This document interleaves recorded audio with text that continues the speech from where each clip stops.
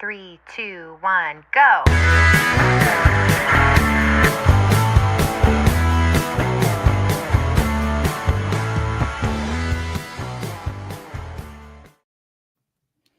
Hi. Hi.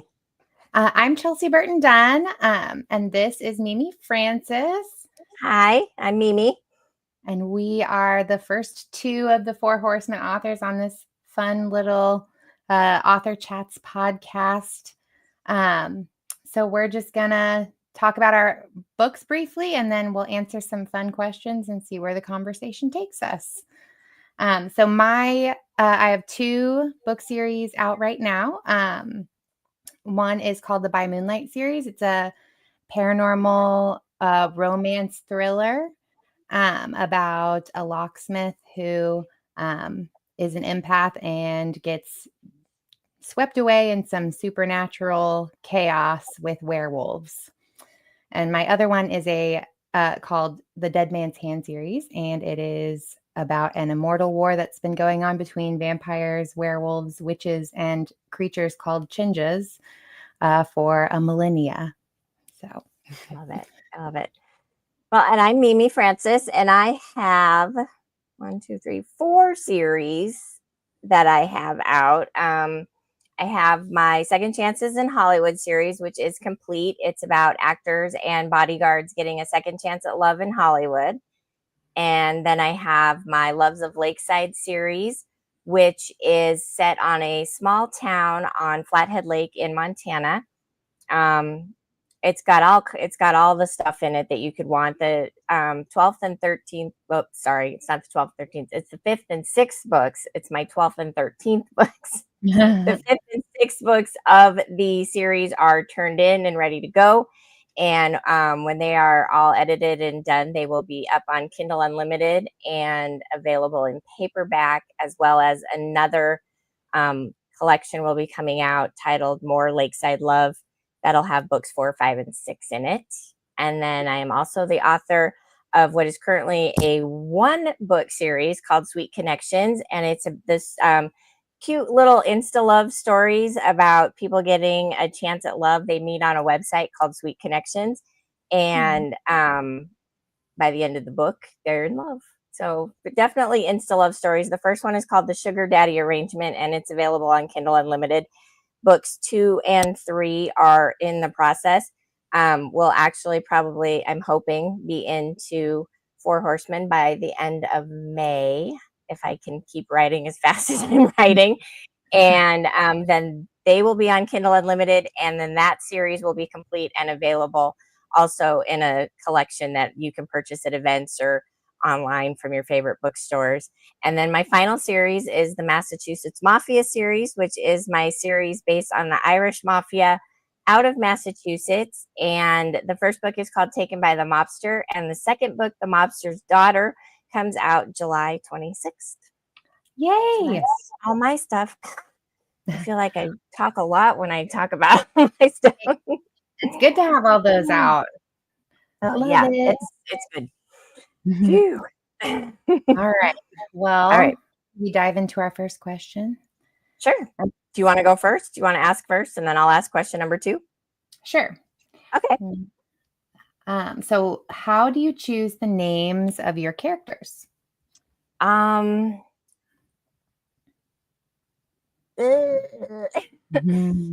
kind of changed over the years, I think. When I originally started naming my characters, I would just grab like a name that I thought sounded cool.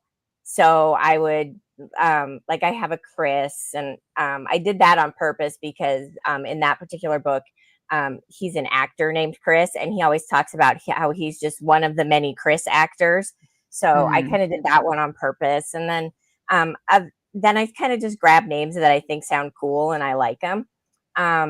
I do have a list of names that I found it online, and I don't even remember what I was Googling when I stumbled on it, but it's like a list of male names, and I've kind of gone through it and crossed names off as I've gone down the line. Otherwise I forget. I kid you not. I have a gigantic spreadsheet that I had to create to keep track of all the names of all the characters, so I don't accidentally give somebody someone's name from a previous book, which I actually did in, it was only my third book I was writing. The main character had the name of a side character from a different series. Oh, And I no. got the entire book written, and I was looking at it and I was going, that can't be her name, because it all of a sudden dawned on me that she had the same name as a side character in a different series, and I didn't want people to think that it was the same character. So I had to Yeah. go through and Control F and change her name all the way through the entire. Well, thank goodness for Control F, let me tell you. Thank goodness for Control F. Yes. So with my Massachusetts Mafia series, because it's Irish Mafia, I looked up a lot of Irish names. I literally Googled Irish names, and I have a whole Wikipedia page saved that just gives you a list of Irish names, male and female Irish names.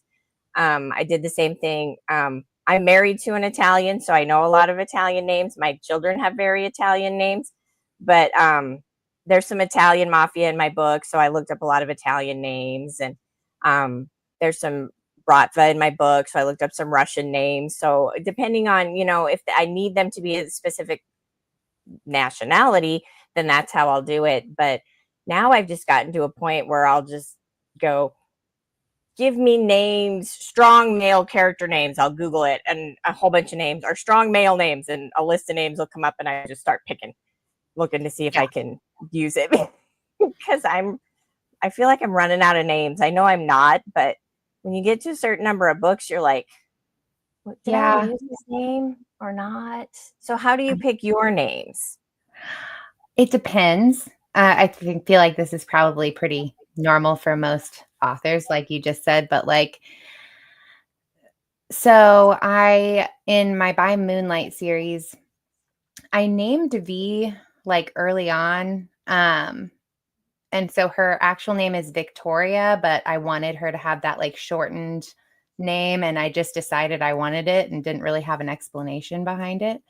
But the other names kind of evolved differently. So the male lead in that book, Shane, he it's based in Kansas City, which is where I'm from, and there's a big Irish population in Kansas City. So I decided that the werewolf pack in the city would be predominantly Irish. Obviously, there's different nationalities that have come and joined the pack, but since he's the leader, he is Shane Keenan, very Irish. Very Irish, yes. And so, I kind of went off of that. And then there are other characters in the series that they're not actually Native American. They're but they are related to the first people, sort of. And so I got a lot of Native American name inspiration for all of them. And also I had to look into the meaning of the names so that they fit with the characters. So I kind of went way down the rabbit hole on that one. Oh, yeah. But then for my Dead Man's Hand series, since I started writing that when I was a teenager, it's kind of hard to say where some of the names came from because I didn't necessarily have that written down. But it kind of all started because I was trying to write a story and make every character a playing card, which is why it's called the Dead Man's Hand series. So my main character in that one is Ace. Okay. And so no, that makes sense. That's really cool, though. Yeah. I love that. And then my current one that's all submitted and in editing process right now it's also a mafia romance series. It's Italian mafia in Kansas City, because there was some, maybe still is, that's questionable. And so I did look up a lot of Italian names and specifically Kansas City Italian names and things like that to try and make sure I was as mostly authentic as possible. So yeah, that's kind of what I do too, is I just try to be true to what my characters what feels right for my characters. Because there have been a couple of times I've written a character's name and then I've gotten partway. I just actually did this. I'm working on a paranormal romance series based on a fan fiction I wrote 100 years ago. At least it feels like 100 years ago. And I had a name for one of the characters. And I'm really big on my characters having like a shortened version of their name. So I had named the character Elliot, and I didn't like it because I couldn't shorten it to anything. Yeah. So I didn't like it. So finally I was like, I need to change his name. So I changed it to Dominic because I didn't like Elliot because it wouldn't shorten to something. Because my characters, I always tend to shorten their name to something that somebody can call them as a nickname. So Yeah. I wanted to ask you, since you're doing like Italian and you've done Irish and stuff, if you've run into this, because I have you named any of your characters a name that is hard to remember how to spell? So like you go to type it and you immediately go, I can't remember how to spell this name. Do you have any of those characters like that? I do. I have, but it's not one of the lead characters, thank goodness. But it is a recurring character in my Mafia series. He is a Russian. He's a Russian mobster, and every time I go to type out his name, I'm like, how do I do that again? And then yeah, so yeah, you have to stop. I had to in my third Mafia book that I'm working on. The main character's sister's name is Shirsha, but it is not spelled like it is not spelled like Shirsha because it's Irish and it's like, and look, I'm going to spell it wrong. I'll tell you right now because I don't have my sticky note. I had to finally write the name on a sticky note and tape it on my laptop when I was working really diligently on book 3, because every time I would come to her name, I would have to go, oh my God, I don't remember how to spell it. And I would have to go back to a chapter she was in and look it up and then type it. Or I'd have to go to my character list and look it up so that I could type it because it's not spelled. It's a crazy spelling. So I wanted to change it, but because I'm like, well, I could change her name, but Shirsha fits her character so well as I've written her that I'm like, I can't change it. I have to leave it, even though I can't spell it. But she may never get her own book because I can't spell her name. Yeah. Or you'll just get so good at it if you do. Yes, or I'll get good at it. If I write it a lot, I don't have to look at my cheat sheet sticky note, but it's when I step away from the book and then I come back again, I'm like, shoot, how do you spell her name again? Yeah. Oh, I'll just put parentheses, especially if I'm like first drafting it, and I'll be like, whatever that character's name is, you know what I'm talking about. When you come back, look it up, you know? Yeah, I do that too. Do you leave yourself notes in there? I do. Brackets and capital letters are my note, the way I leave myself notes, because sometimes I don't want to stop my flow. So I'll just be like, I'm just going to keep going. I don't want to stop and go look for this or look it up. So put this in here or fix this or add this, or, hey, go back and make sure in earlier chapters you do this because you just said this in this chapter. So I'm glad to know I'm not the only person that does that. Oh yeah. I actually feel bad. I sent out to one of my beta readers one of the books for the Mafia series, and I had left a bracket saying, please expand this scene, Chelsea. And she was like, well, at least it was a beta reader. So yeah. I would have felt so bad sending that to edits, but it would never gotten past me that. It never would have gotten past any of our editors. But yeah, I've done that. My daughter beta reads for me. So sometimes I'll send her stuff and then I try to send it to her ready to go. Like I would be I'll send it to her right before I do my self edits. So by that point, the story should be complete. And she'll text me and she'll be like, Mom, you left this note in here that says, go back and fix this. And I'm like, oh, shoot, thank you. Go ahead and delete it. I'll go back and fix it. And, or highlight it to remind me to delete it because I do stuff like that all the time. So yeah. And there have been a couple spots in the third book where I'll go back through chapters and I'll have put in brackets Finn's sister's name because I can't remember it. So I'll just put Finn's sister's name and then I'll go back to it. So, and then I kick myself because I'm like, why does that name have to be so good but so hard to spell? Seriously. Oh my gosh. And the name for my it's one of those, like, it fits him. I can't change it now. Like, after I chose the name, I was like, no, Mhm. I Yeah. And can't change it. I think that happens with us a lot is you pick something. I know I've picked things on a whim, and then like I said, sometimes it doesn't work, but then other times once it works, there's no changing it. You just No. you're leaving it for what it is because it worked. So, yeah, I've done that too. It's just, sometimes the names work. And I was going to say another way that I used to pick names that I totally forgot about till you started talking is I used to work for a school district.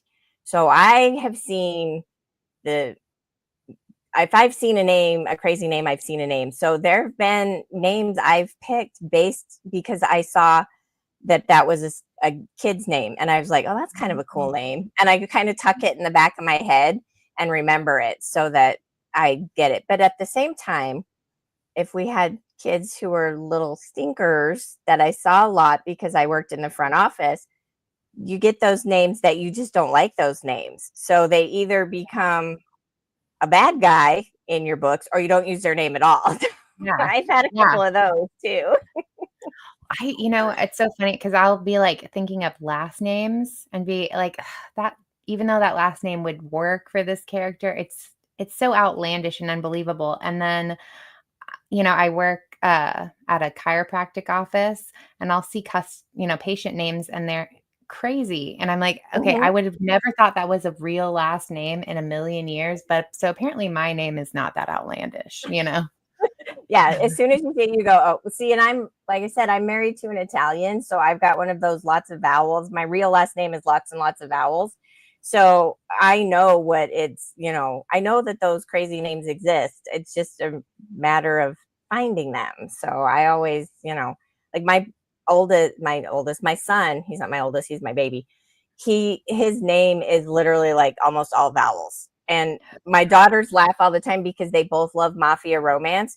But if their brother's name pops up, which it does frequently because it's Italian, they're like, oh, I can't read it. And I'm like, sorry.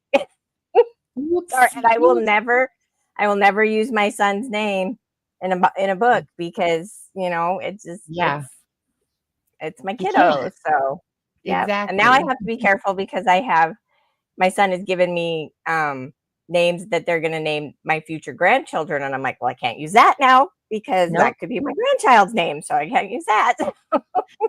That's on the no list. That's on the no list. Can't use that one. So, so how do you keep track of, because I think I'm a little anal retentive when it comes to my spreadsheet, but how do you keep track of names so you don't repeat names?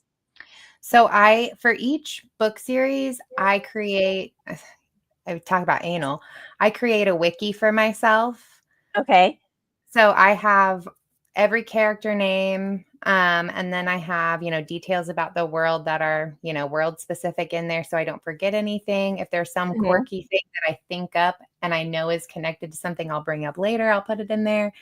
So basically when I'm creating a new character for a different book or a different series, I'll pull all of them up and just kind of go through and make sure I'm not repeating. Yeah, you're not repeating. No, that's a good way to do it. That's a really good way to do it. So I love that idea of the wiki because I do spreadsheets. So every series has a spreadsheet and it's like I can actually see it right now because I'm working on it. The Sweet Connection series has a spreadsheet, and I've got the main character and then their name and then their nickname and age, eye color, birth date, all this stuff, important information down the line through for every single character. But then I also, especially in my Lakeside series, because I took this real life town on Flathead Lake and I turned it into my own fictional town. Like I totally fictionalized it. And I'll sometimes use real places in the town, but then I'll also make places up. So I have on the spreadsheet, Lakeside has its own page on my spreadsheet where I've got the names of all the different businesses and stuff because I have to keep track. Because sometimes I'll be going, what was the name of that pizza place that I made up? Because now I can't remember. So you have to do what works for you to keep track of that kind of stuff. So Yeah, exactly. There's no one way. no, there isn't. Whatever works for other people. Like, I think it's great that you use a wiki, and I think that's really cool. But trying to picture myself doing that, I'd be like, I think I'd get too into the wiki to a point where I wouldn't do the writing part because I'd be doing the stuff with the wiki. So yeah, it's an evolving process.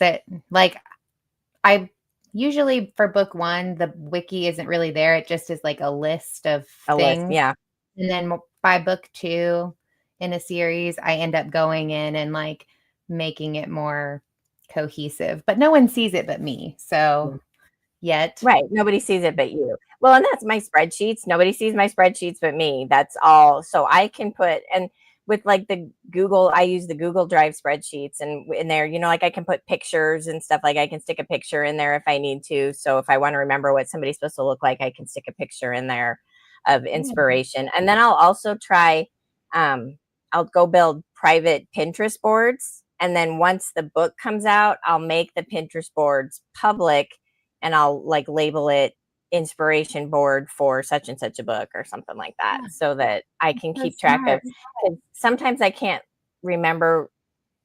Like I'll find a picture of a house or an apartment or something that I think looks really cool, and I'll use that as kind of the base of my description for where somebody lives. But then I forget what it looks like, so I have to pin that picture so I remember and I don't forget. So that works too. And then you can kind of share it with people if they want to see what it looks like. So yeah, that's such a good idea. Yeah, I love it. All right, are we ready for question number 2? Yeah, let's do it.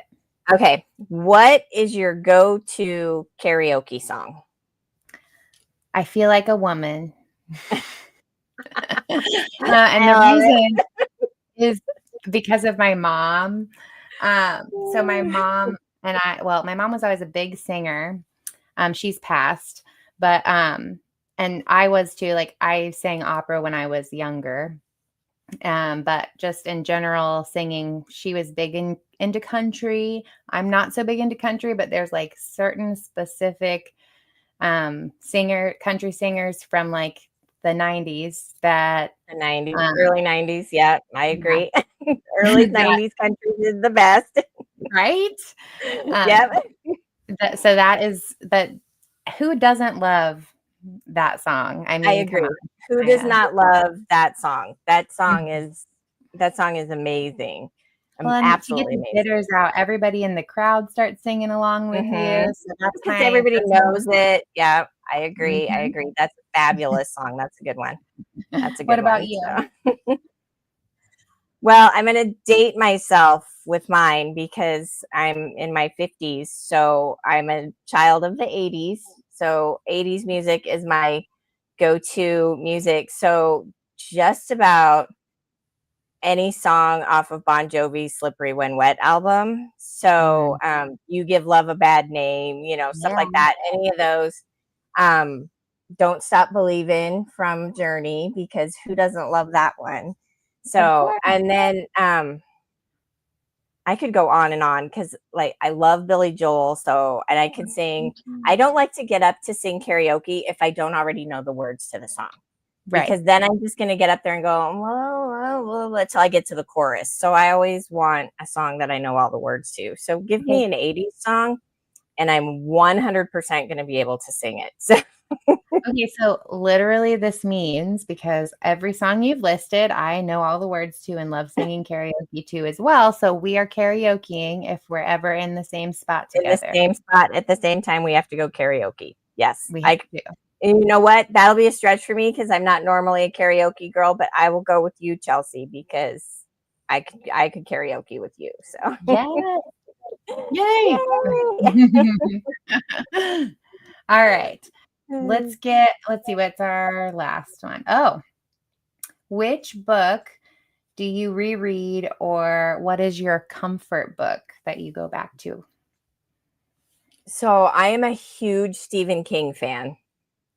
I love Stephen King, which is funny because I don't write horror. I'm a romance writer, but I love Stephen King. And I probably read The Stand from Stephen King probably every 2 or 3 years, I'll just dive back into it and read it again because I love that book. That's one of my favorites by him.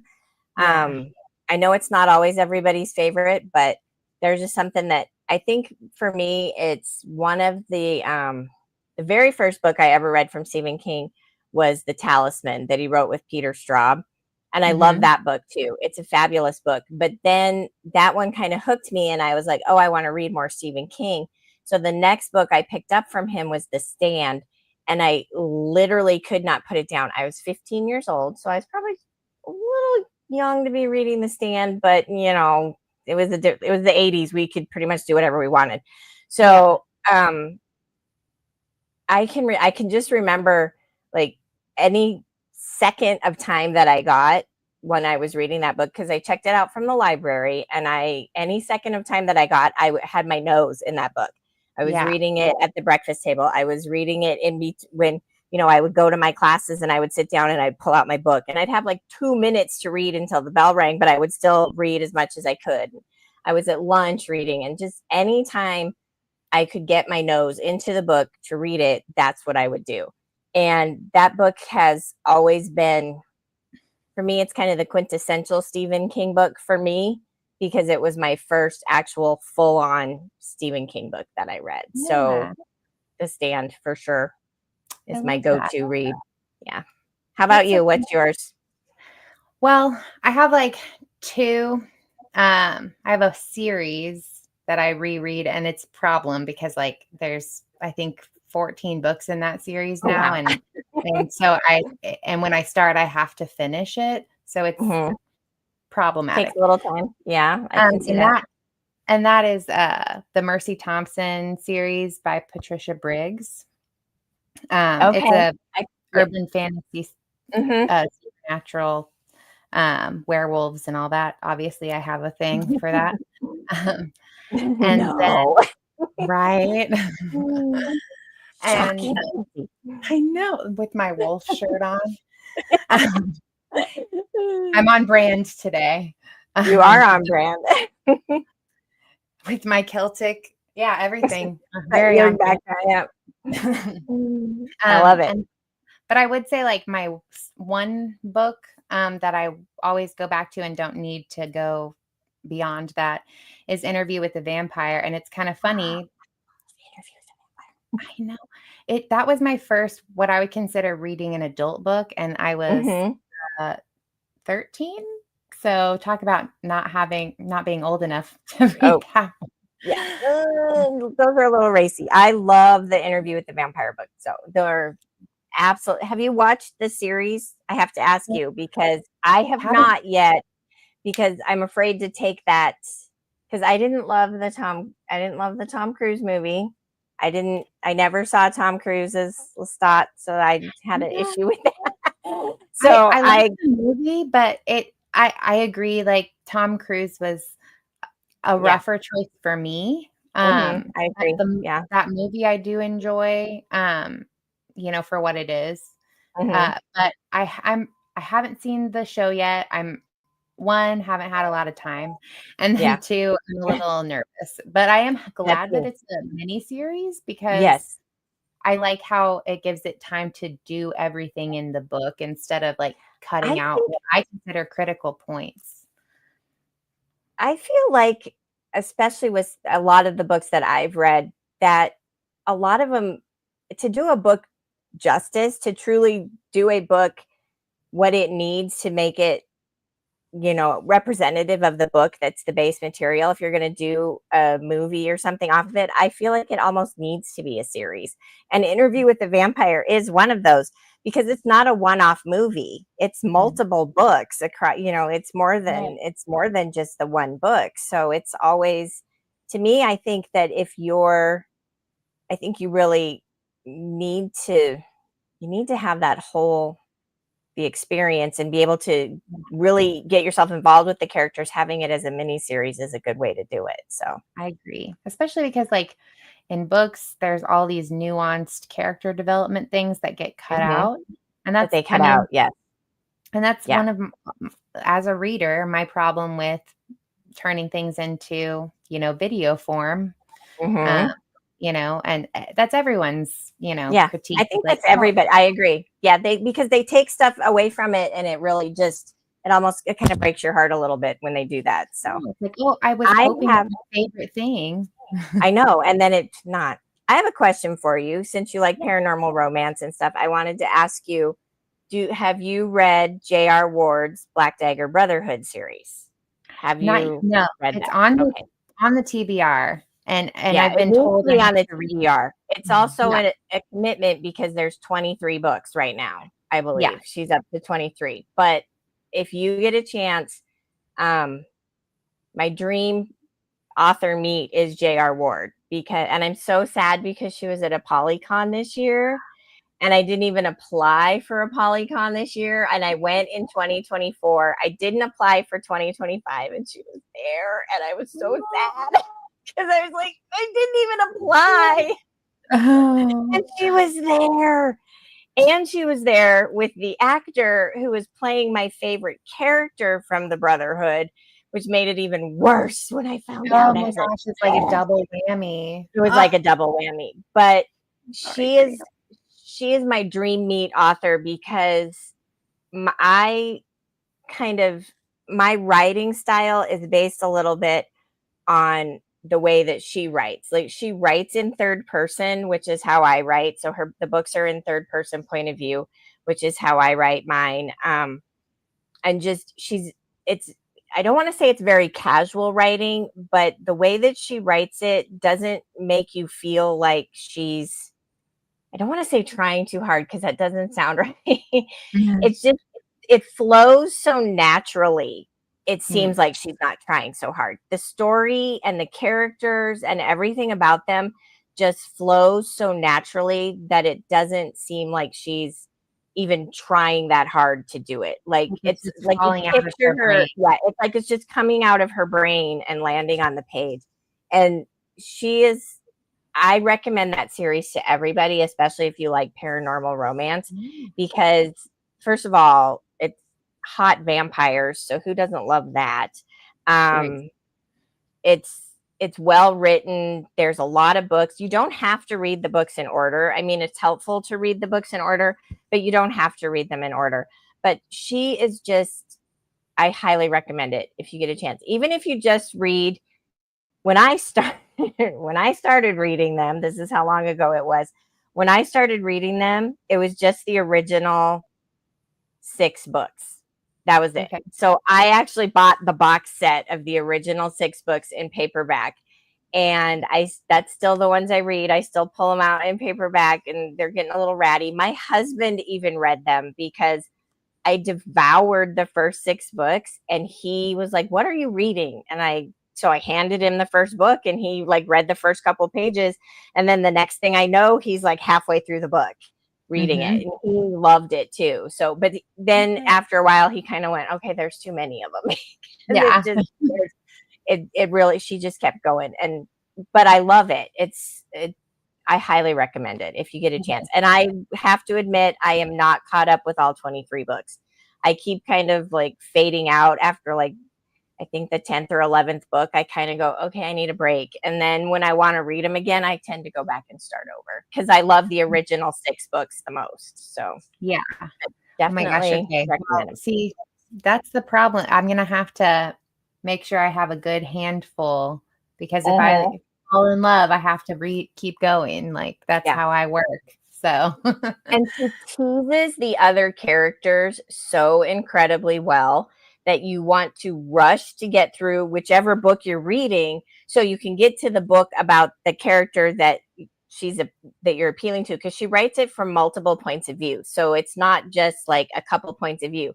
You'll get multiple characters' points of view. So you get to see different things about them and you start to go, okay, now I got to see what's going to happen with this person because she's been writing from their point of view, but they're not the main story.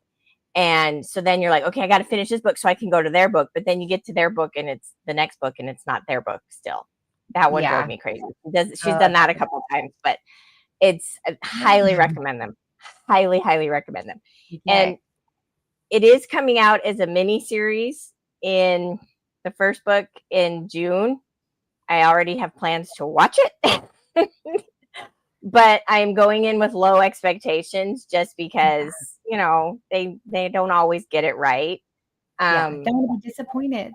Yeah, and I don't want to be disappointed. Though, like today I sent my daughter a video of J.R. Ward went to set and met the main character of the first book. His name is Wrath. He's the king of the vampires. And it was the funniest video. He walked up the stairs in full costume, the actor who's playing him, and she came out a door and she literally like lost her mind. She was like, oh my God. And she's like running around on the porch of this house where they're filming. And she's like, I can't believe it. This is the weirdest thing ever. It's so weird. Like and it was so cute and so funny.